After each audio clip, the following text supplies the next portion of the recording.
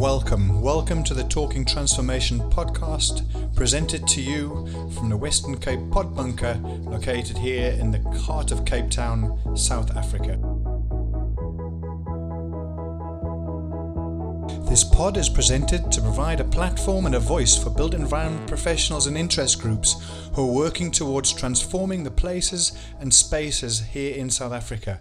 It is dedicated to those individuals and community groups that are supporting both the formal and informal processes that are shaping our cities and our spaces. On today's episode of the Talking Transformation podcast, we're speaking to rethought, director of the non-profit organisation Our Future Cities. Based here in Cape Town, Our Future Cities is active across South Africa and globally, working on collaborative urban projects in an advisory and consulting capacity. Recently, Rashik has been involved in several design proposals involving streetscapes around the country, and he's been actively reflecting on recent publications such as the National Association of City Transportation Officials across America on their guidelines that they've issued around street design. The NACTO publication, Streets for Pandemic Response and Recovery, reflects on the timeframes and design considerations that are being shaped by public health indicators and phased recoveries across the world that will likely define our short to medium term future. What is it we need to consider now in terms of our streets, and what is it that we need to be thinking about in the future? Increasingly, the conventional role and design of our streets are having to be rethought and are being increasingly challenged. Longer running initiatives here in Cape Town, such as the Open Streets Initiative, the critical mass cycle rides up in Johannesburg and Cape Town, and now the challenge of social and physical distancing in the time of this pandemic, are directly and indirectly challenging and shaping the new norms, standards and conventions. In this conversation, we consider the speed of change and the need for adaptive thinking in the way we design and use our public spaces and the streets in this period. What is it he has learned, and what is it he is having to consider in supporting these street-based design and development projects? It's been a long-term ambition to speak to Rashik, and we deal not only with the streetscape issues, but also consider more broadly some of the challenges we are facing here in South Africa in the built environment, both now and in the future. As always, we hope you enjoy the episode. We welcome feedback via our Twitter platform, via Talking Transfo and the number 1, or if you're wanting to leave a voice message on the Anchor podcast platform app, you're very welcome to do so via that platform. In the meantime, enjoy the episode, and we look forward to hearing your feedback.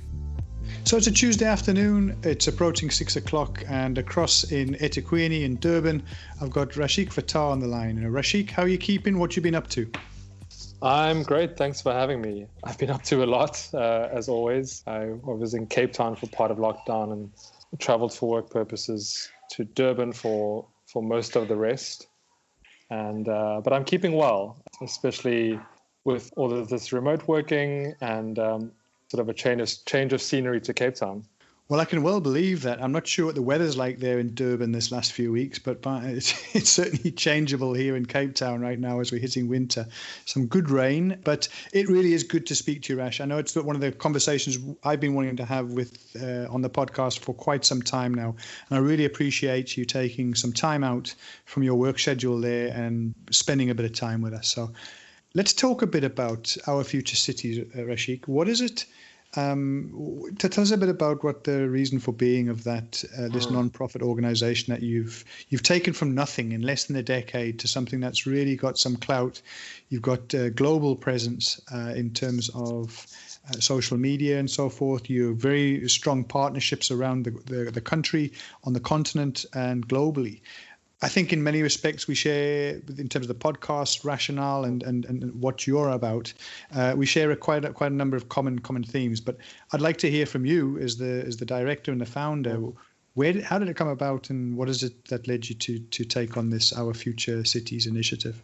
I suppose I was very fortunate in deciding to leave the cubicle of a Belleville-based insurance company about 8 or 9 years ago formally, and pursue my passion since I was pretty much age 6 or 7, which was this concept of future planning and future cities.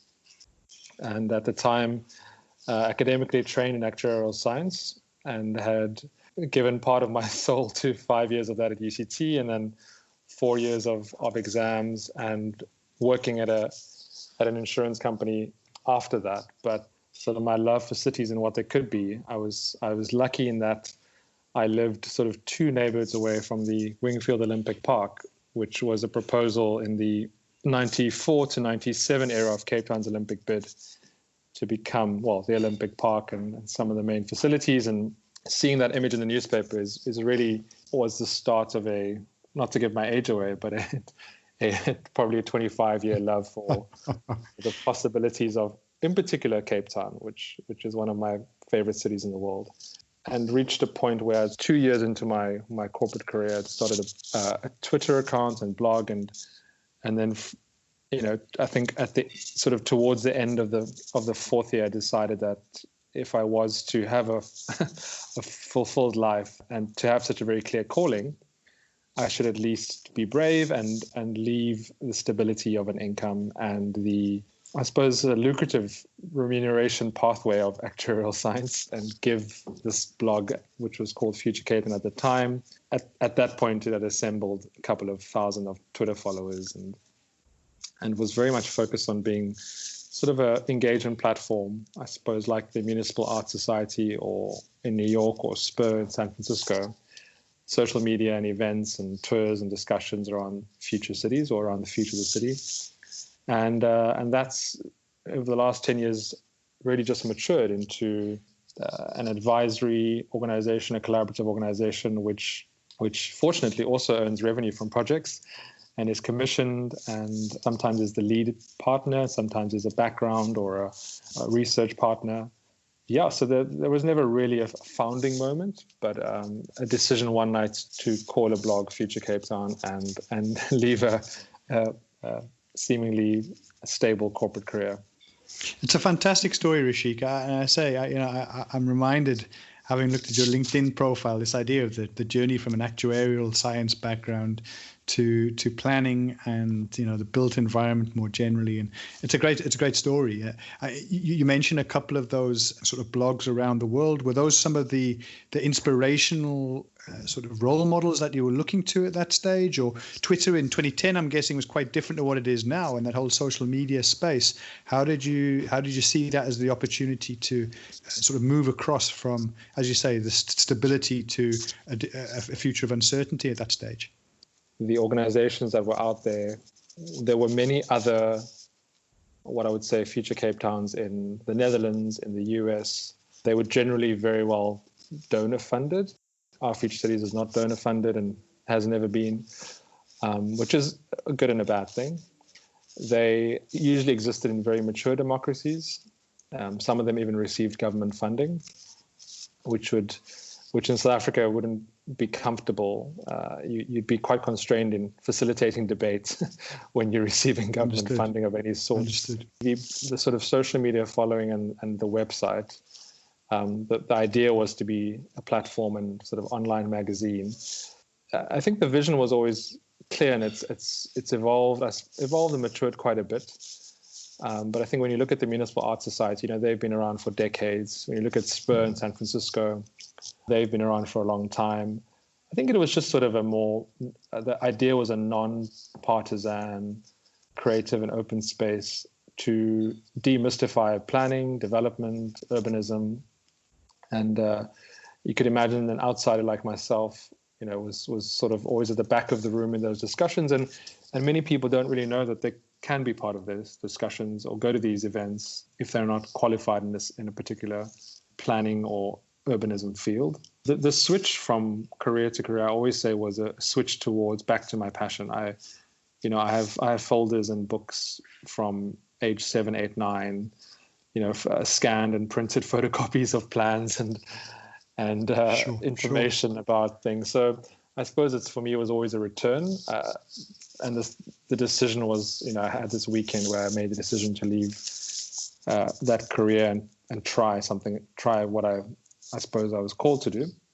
That was the easier part, how to go about it. And most of the last 8 years has been the trickier part around, being credible, being relevant, having impact where you should have impact, and diving into certain topics, stepping away from certain topics. And at the same time, tying your name and professional reputation to one entity which in hindsight is not a great thing to do if you have, if you don't really have a large professional background and academic experience.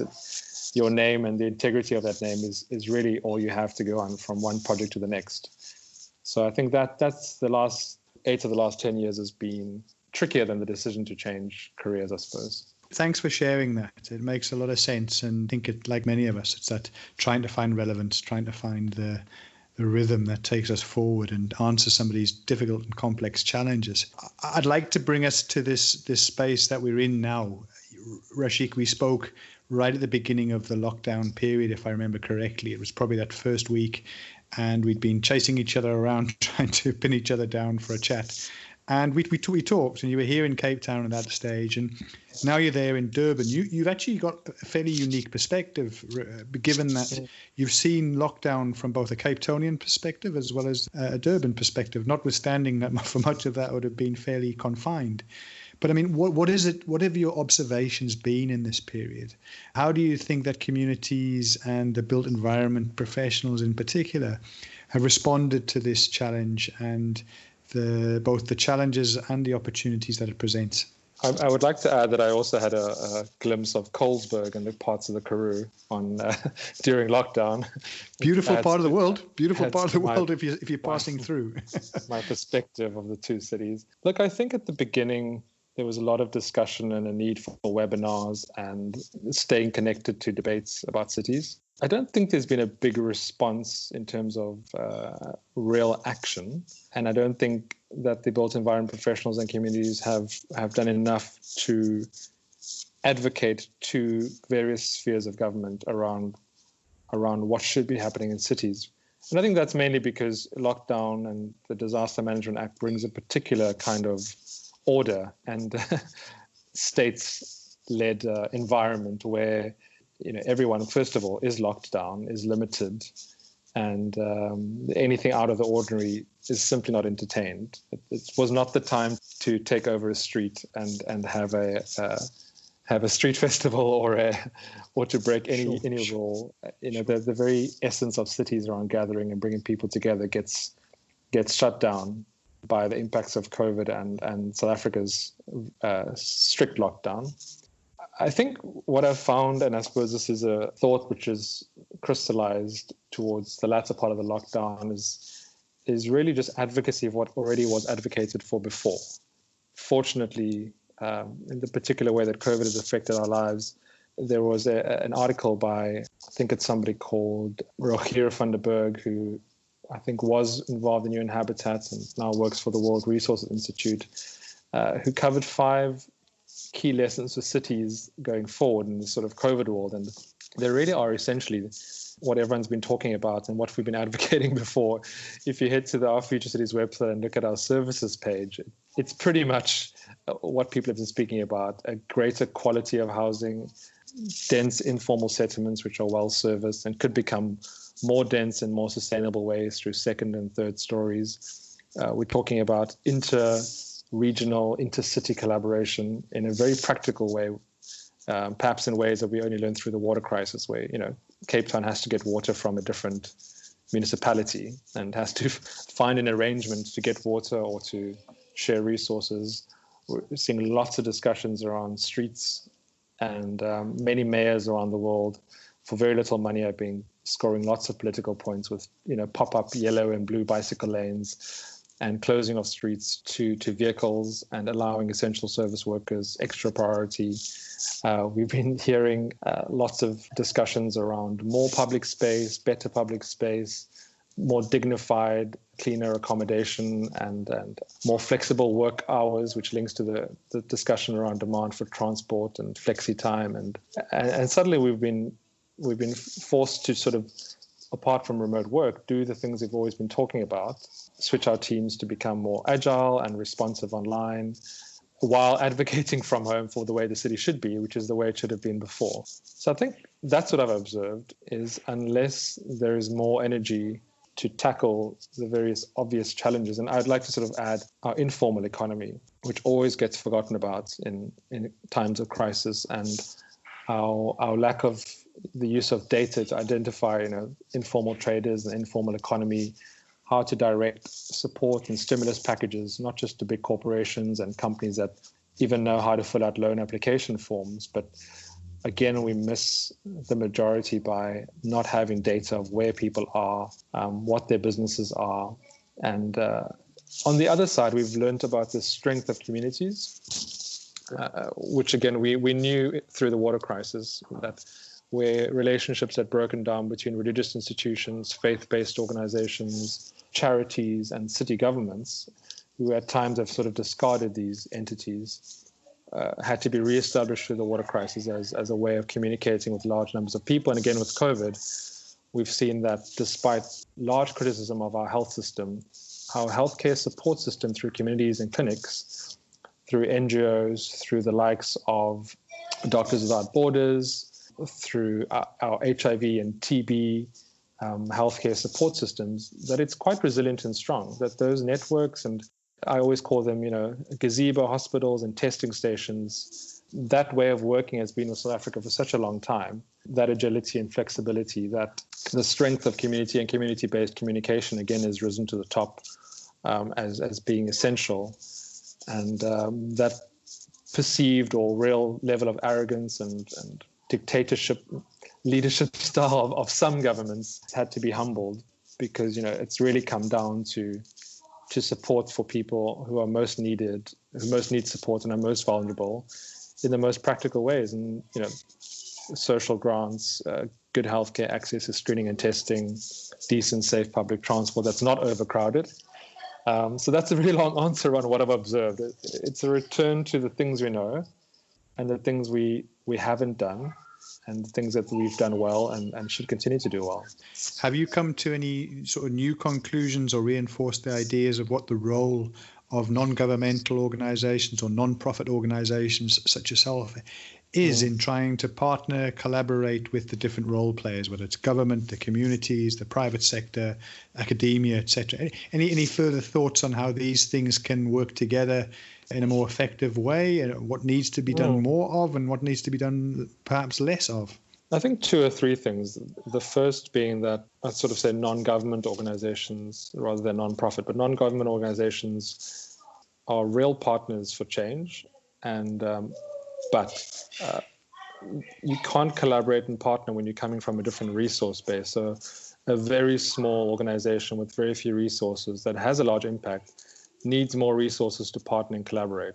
It can't simply stretch its current teams and systems to collaborate because it suits a larger partner or a government department's aims. When you're looking at the UK and the US and the Netherlands, as an example, those non-government organizations are resource already. And so expecting a lot more from them is really unrealistic unless they're provided with the right resource. And I think we've learned that deploying resources and using these organizations to achieve greater goals for communities, it does work, and it works quite quickly because those networks and relations have been built up over a long time in a way that maybe even the best of city governments can't really do on a local government level. And I think it pointed out the need for even more partnership, I suppose, between different geographies of the city, different locations. We've seen community networks with, I suppose, more privileged neighborhoods partnering with less privileged neighborhoods, simply having conversations. And so that community strength must be given the resources to achieve bigger impact. I would say it's partnering, collaborating, but also, deploying them or putting these organizations into action, which is even more important. If we think now to the work that you've been doing across in eThekwini, can you tell us a bit about how your hand's been sort of forced to look at some of these issues around how some of these public spaces, particularly the streetscapes, are having to change during the period of this pandemic? And I think you had posted in LinkedIn at one stage about one of the publications that had been published, I think, in the United States, where they seem to talk about a shorter, medium, and a longer term time frame, pre-vaccine, post-vaccine, etc., etc. And I was really intrigued by that. And maybe if you can tell us a bit about the work that you're doing, first of all, in Durban, and then how you've used some of this international research to frame some of your thinking over and above, what you've learned in this last 10 years. A lot of the work here is being, I suppose, quite similar to what we've worked on in other cities and other spaces. I'd say if we're looking at Durban in particular, the last 5 years has been focused on walkability on Florida Road. We've completed a report in 2017 around ways to make Florida Road more inclusive and walkable and I suppose more viable for the communities and the businesses that are here. So Florida Road is one of Durban's more recognized high streets. It's got a mixture of retail and restaurant options in a, I suppose, unlike Long Street, in a residential neighborhood called Morningside. So it's got a mix of smaller hotels, restaurants ranging from Nando's and KFC to Starbucks and Pizza Hut, and a sort of a walkable and safe, I would say, high street, a few kilometers from the CBD of Durban, and is what many consider to be the bridge for many Durbanites who might have left to Mhlanga or the north of Durban and to return, I suppose, back into the inner city of Durban, but in a sort of very comfortable and safe and interesting environment. So it plays an important role both sort of culturally as well as mobility then. Yeah, its success and its links to the Moses Mabhida Stadium, which is technically a short walk away and a walk from the stadium to the ocean. And our work started on looking at 10 blocks of Florida Road and extended in the years after to look at the links to the stadium, the beach, the point, the CBD, and all the way back, forming what we called a big O, even though it wasn't exactly shaped like an O or a zero. But the big O concept was, in these 10 different destinations and links, how could you walk and cycle comfortably between these different destinations and different routes? And in a South African context, redefining walkability, because it had often been, I suppose, I wouldn't say narrowly defined, but it had been defined in a European or global north context, assuming that safety was a given, assuming that somebody crossing the N2 in Cape Town doesn't have a reason for crossing a extremely dangerous highway versus using a pedestrian bridge, and had sort of lots of inherent biases which come with, thinking about cities in terms of the global north. So the work really evolved with an inner city regeneration company, Urban Lime, from that period, working with the local communities, local authorities like the UIP, which is Durban's improvement district, working with artists in 2017, looking at the role of women in cities, working with the mayor's office and various design groups. And I suppose you've almost reminded me of our work here, which has really always been about walkability, but in much more, I suppose, South African expanded definition, which was a breakthrough in our minds, but we haven't really publicized elsewhere. How did you find this sort of NACTO publication on the Streets for Pandemic Response and Recovery, and some of the principles it talks to there? Have you been able to use some of those things? Maybe you could describe some of the findings and what really drew you into that particular publication. So NACTO had an initiative started about 5 or 6 years ago called Global Designing Cities Initiative. I think at the time it was called Global Streets. And I was very fortunate, in addition to Barbara Southworth, who's obviously an incredible urban designer at Gap, and Katie Ewing as well. They had also asked myself to provide edits on what was called then the Global Street Design Guide, which was published about 3 or 4 years ago. NACTO and the Global Designing Cities Initiative had gone around the world with Jeanette Sadiq Khan and the support of Bloomberg Philanthropies. Jeanette Sadiq Khan, who was then Transport Commissioner at the City of New York, and had, I suppose, produced a series of further publications. So that's where my engagement with the Global Street Design Guide and NACTO had started. And then recently they've released a very short resource called Streets for Pandemic Response and Recovery, which is pulling together lots of emerging practices and ideas in street design in response to COVID, but really just a reminder that streets are more than just, racetracks, and that a COVID response could be tied into our planning of streets and the sort of multiple uses and opportunities that now become almost necessary. I'll go through some of them. Of course, streets as transit, streets as school streets, local schools expanding onto streets for play reasons and to allow schools that may not have sufficient sports fields, larger loading areas for local businesses, screening and testing stations on the streets and in parking lots. If you're leaving Cape Town Station on Strand Street in Cape Town from 4 p.m., you'll see very long minibus taxi lines along the pavement. So how do you improve transit? Absolutely. With using more street space and again, sort of the open streets movement around play and sports on streets. One that we've been looking at particularly is how do you support businesses, in particular restaurants and retailers who've obviously been hit hardest through the pandemic, and seeing streets as outdoor dining. It's a well-known fact that a restaurant and cafe that operates at half its capacity simply won't survive. And we've been looking at how, I suppose, in particular, Florida Road, which has ample space in terms of pavements, parking bays, and car traffic, or I suppose vehicle traffic lanes, could embrace the concept of outdoor dining, not through perhaps entire road closures, but partial road closures in one direction. And I believe that this guide will be expanded upon in due course. It's currently about 25 pages, but we've now got a stronger case to link health, pandemics, and well-being to the role of our streets, and I suppose more so than before. What is the type of reaction you've been getting in your discussions? And I'm assuming you've had some sort of debate with the local authority there, with eThekwini Metro, particularly from the likes of the road engineers and so forth, who often see these spaces as sort of quite sacred spaces where it's about mobility and design parameters around speed, etc., etc. Have you been getting a good reaction on that, Rashik? The reaction's been cautious. I remember you never quite realize what people are talking about when they speak about road engineers until you're in a particular local government's office and an older gentleman is screaming at you, telling you that parking is a right, because you've installed a parklet for a few months too long in an area with ample parking. So the response is still quite cautious and has been for quite a long time.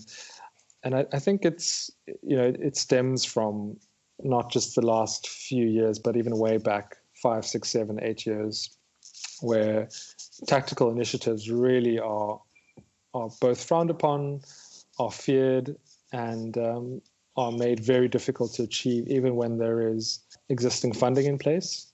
We've had examples where funding was in place for a street of just one block to become 2 lanes rather than 4 lanes, and that got sent to every possible department, and usually results in elevating it to the sort of political level, and we know how often that level changes. So the response has still been quite cautious. And I suppose that's the biggest fear coming out of this pandemic, is that responsiveness and being tactical with our spaces and streets. If we don't come out of this and start to do some things, then we really would have lost a great opportunity. What is the reaction that you're getting in terms of the engagements with the community along Florida Road, with the businesses along Florida Road? And how have you gone about communicating with them during this period? Has it been quite a challenge, or again, is it just that this Zoom culture that we're working in now, a meeting is no more or less difficult, but it's always good to see the person across the table and look into their eyes as to what they think, to understand what they're really thinking. So yeah, I mean, what's the response been in terms of your the proposals that you're putting forward, and how have you gone about engaging? We're just at the start of engagement. We're presenting to the UIP, which is the sort of improvement district of the street. We've got discussions with some really great officials in the city who've worked on actually a larger scheme for the road in reducing lanes through actual construction and upgrades. We will definitely include Durban Tourism and some other entities that have interest in this in the street. But what we'd like it to be is really a pilot scheme for South Africa, to say that retailers and restaurants and businesses are suffering, and that this is a cost-effective, temporary way to trial something which isn't really just about reimagining streets and reimagining and being happy on streets and using chalk to draw on street surfaces, but really has a business case, has a local economic development case. Should include local informal and other formal traders and from across the city. And so our engagement is really, which we're about to start, is not really just going to be focused on the design or the placemaking aspects, but really saying that from the data we can see a lot of the commercial and retail properties and tenants are really, really struggling. they simply can't open up on a limited capacity and have already been closed for quite a while. So I think from a business perspective, there's really lots of support. Getting it across the line politically and through other channels might be a bit more difficult. What do you see as being the future of that Florida road based on you've been there for 6 or so weeks now? You've obviously lived in it, you've lived around it, walked it, engaged in it as best you can whilst observing those physical and social distancing. If these measures don't go through, Rashik, what do you suspect the long-term or even the medium-term prospects for the street are, as it's been as you say, traditionally known as this sort of umbilical cord linking the inner city? Do you see that being very directly under threat? I think we'll have to check exactly, what are the limitations around gathering inside restaurants and inside certain spaces. And in some cases, it really is a numbers game where I suppose the large majority of businesses simply will have to shut down or move elsewhere. On the positive side, if the Sea Point Promenade is anything to go by, people will return. They might return too late or in a few months' time when these businesses have already gone beyond the point of a lifeline. We still hope that in the medium term, the plan to reduce the road from 2 lanes in most of the roads in each direction to 1 lane, and the landscaping and the calming of the streets still goes ahead. That requires the budgets to be in place, and we've also been speaking about that for the last 3 or 4 years. So there is a plan for that to happen. It's really not about Florida Road, but I think it's about many, many other streets across the country and using them as a tool to support the businesses and to support really just the health and well-being of residents. There's a couple of quotes I'd like to read from that report and then maybe get your response to it. The report, as I understand, was sponsored by the Bloomberg Foundation, and Michael Bloomberg, the former mayor of New York City. In the reports, it goes on to state, in many places, elected leaders are adapting streets in ways that are helping to promote health and safety. This new resource collects strategies that are working in dozens of cities around the world, and we hope it will help more governments make better use of their streets, both during this crisis and over the long term. So clearly referencing the COVID right now and in the longer term. And then the executive director, Corinne Kistner, goes on to say that the need for real collaboration across city, across state and national boundaries has rarely been so apparent or urgent. And I think those certainly were 2 quotes that resonated when I read it, around saying, yeah, I agree that it takes a lot more than just a metropolitan authority like eThekwini, like Nelson Mandela Bay or Cape Town. Doesn't matter, whichever city is trying to struggle with this issue, it's going to take the provincial, it's going to take the national, it's going to take public and private sector coming together. And that what we learn from this is going to be a much longer sort of time frame and reference in terms of almost, again, another social justice issue of public space for the people and how that is opened up over a longer term period. But yeah, any thoughts on those quotes? Anything that resonated from your side with those quotes? I suppose the bad news of the story in South Africa, and from my limited experience, is that working tactically has always been very difficult for our municipalities. The small interventions, the smaller creative place-based interventions.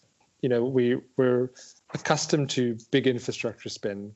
We're accustomed to delivering big BRT projects, spending 100,000 rand, 200,000 rand on a road closure. It becomes a sort of a panic. It becomes an emergency services disaster for municipalities and sort of their approach to what could go wrong. We've seen, as I mentioned earlier, officials and engineers become outraged at 1 or 2 parking bays being removed for a parklet.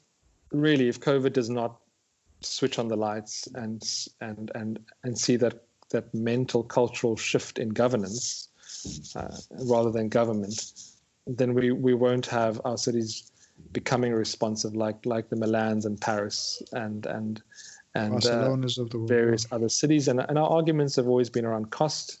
The reality is we've always been able to afford streets which are more people-centric. We've always been able to afford tactical interventions. But, compliance, red tape, bureaucracy, if municipalities lead with that, they'll just be stuck as before. And I think this also points to, the resilience of cities. If you can't be responsive and tactical, then you're not really resilient when there's a pandemic or a crisis. And we're all assuming that there won't be future pandemics. Well, I wouldn't say we all are, but somebody recently said to me that we've kind of forgotten the water crisis of last year already. Not entirely, but we've moved on so quickly. There's already been great work coming out from the likes of Jakupa Architects, which worked on a street where the houses which turned their backs onto a street, the back of the house became the front, and those became retail spaces, and the street sort of came alive. There's lots of great work happening by NGOs in terms of mapping streets in Philippi. But most of it has not really resulted in real change. And I think, the next year really is a moment for that. And, various movements have played a part.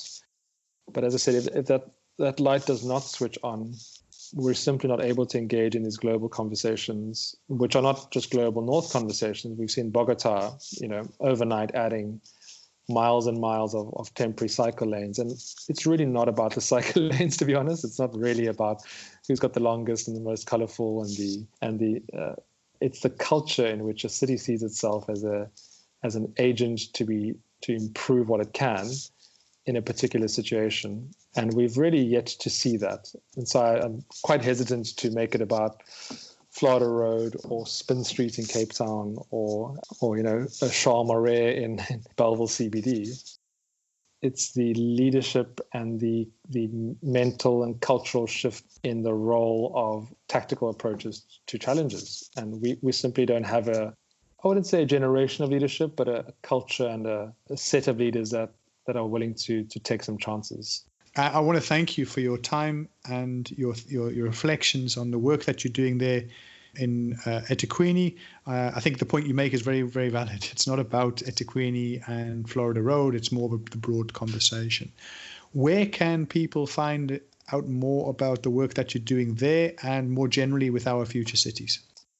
We're very open to, I don't think I mentioned it earlier, but we decided, I suppose, 5 or 6 years ago that we had to work with every sector. And so to try to create change, both maybe on a policy level, on a mental level, on an infrastructure level, that we had to work with all sectors and had, purposefully, and I suppose not purposefully, worked with everything from embassies to creative arts organizations to developers to designers to public, private sector, semi-public, semi-private.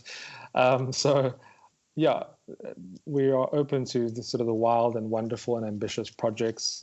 People can reach us simply by emailing myself, which is rethought@ourfuturecities.co, or just dropping us a mail as well at hello@ourfuturecities.co. And then, Our Future Cities is on LinkedIn, on Facebook and Instagram. And if they really want to work with us, you're happy to give them my mobile number. I think there, Rashik, let's work with the LinkedIn platform to start with and the email addresses. And if people need the mobile number, we'll make a plan. For the time being, we wish you well in finishing up your work there in Florida Road. Good luck with presenting to the various constituencies. And more importantly, when you do travel back to Cape Town, please travel safely. And all the very, very best to you, the family and the team there in Durban in finishing what you need to do. Great, thanks. And it was great to be here. And I'm sure we'll have another conversation not too far ahead. Very much look forward to that. In the meantime, Rashik, look after yourself and be safe. Thanks. Cheers, Pete. We hope you enjoyed this episode of the Talking Transformation podcast. Please engage with us and let us know your thoughts on this episode. You can do so via the Anchor podcast platform. There's a voice message function available via the app. You can also follow us on Twitter via Talking Transfo and the number 1. So Talking Transfo 1. Our theme music is kindly made available by Tribal Need. Find out about the music, the street art shows here in Cape Town and Europe via tribalneed.com.